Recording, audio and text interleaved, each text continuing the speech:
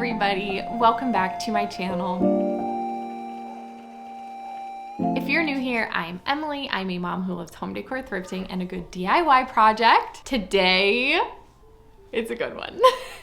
We are doing an IKEA caning hack side table. I love a good IKEA hack. I love caning furniture or cane furniture. When we were moving and I was looking to kind of refurnish our home or furnish our home that we've moved into, I was browsing Pinterest and I just kept seeing cane furniture and I love it. I feel like maybe this fad or trend is like fading, but I still love it. And when you like something, you like it. So of course, it's still really expensive. They do make more affordable things. I've seen some like Target pieces that have cane that are like more affordable, but there's these two side tables that I came across and I just loved them. I loved them. But of course they were expensive, and especially for like just a little piece of furniture, it's hard to spend so much. Are you okay?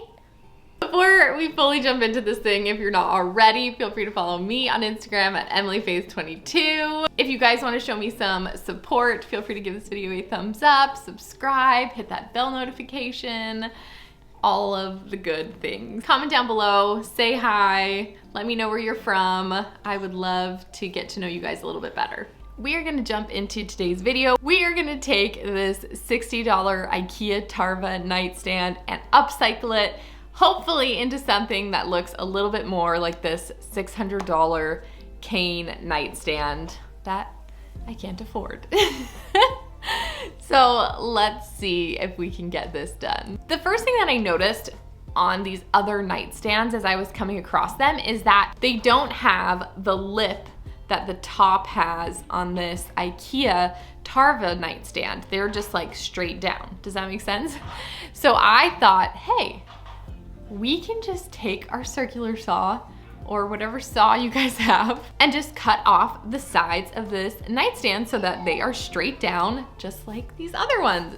So my handy husband took these to the garage and did just that. Once these sides were cut off, I instantly felt like they looked more modern right away, just giving it that little touch. So we sanded it down a little, wiped it off, and the next part is we needed to stain them. I went in with an early American stain, and I kind of used this staining method that I've seen this lady, Angela Rose Home, use on Instagram, where basically you dip your rag in the stain and really spread it around instead of like saturating your whole piece in stain and then wiping it off. You really just kind of spread it around. So it did take a little bit longer, but then you're hopefully getting less stain, which keeps it a little bit lighter, and the color was really beautiful. So after staining both dressers, I let them dry in the morning just to see how the color was looking. And I decided I wanted to go in with a whitewash over them. So to do this, I just used this like craft paint from Michaels and I poured a little bit of paint and water into a bucket, stirred it together, and then used a rag again and just washed over everything. And it really toned down the color into this beautiful toned wood that really is giving me like Restoration Hardware vibes. I'm really happy with this kind of blend of this early American with this whitewash. So, you know, if you guys are looking for some nice stain colors, there you go. Next, we're going to get into caning. So we purchased this long piece of pine trim. It was one of the thinnest ones they had. I made sure to get pine, knowing that I could stain it and the wood would match, as it's a pine nightstand and the trim is pine, so we were able to match them.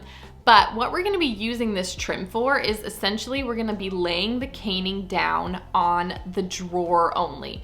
I know previously in a lot of caning projects, you kind of would cut out a drawer and have nothing behind the caning. But in some of these images that I was seeing and a lot of places are selling, the caning is just right on top of like a drawer or whatever, almost as just like an accent to the piece.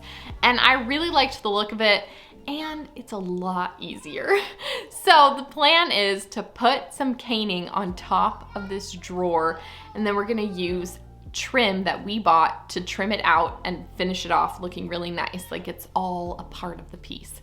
So we purchased this trim. We just cut pieces to perfectly line this drawer, so whatever the size of the drawer is, and he did the math to try and cut our corners at a right angle. Is it a right angle?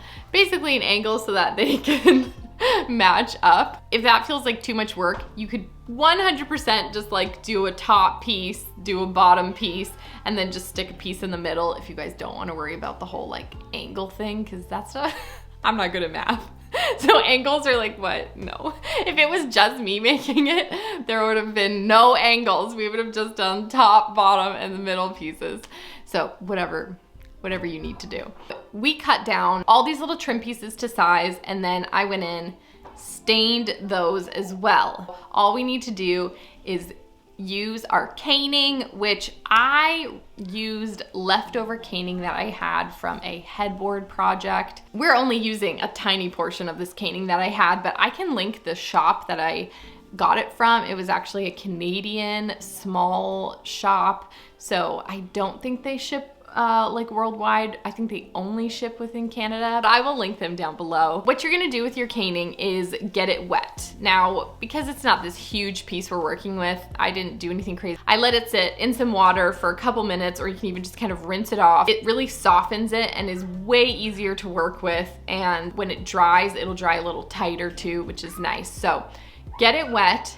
Then I basically took my trim, since it was already the size I needed, and kind of just laid it down so I could see the exact size, cut everything out. Once I had my caning piece to size, I went in with my staple gun and just staple gunned all around it. I find this is the easiest way to just secure your caning to whatever piece you're working with. I had been brainstorming how I wanted to secure my trim pieces around it, and ultimately I decided to go in with my hot glue gun. I just went in and hot glued each piece, held it down. It dries really quickly. It's very secure. The other glue I was gonna use was maybe an E6000. So really simple. Pushed each piece of trim down. My corners lined up, but maybe not as perfectly as I hoped. I am not a perfectionist, so it doesn't bother me. My husband was like, wait, why aren't they lining up perfectly? But I was like, it looks great. So I'm really happy with it. Once your hot glue is dry, you guys are done. If you want, you could go in with a polyacrylic and like do the top of the dresser with a polyacrylic just to like keep it safe. Do you guys remember what these little IKEA Tarva nightstands looked like? And here they are now.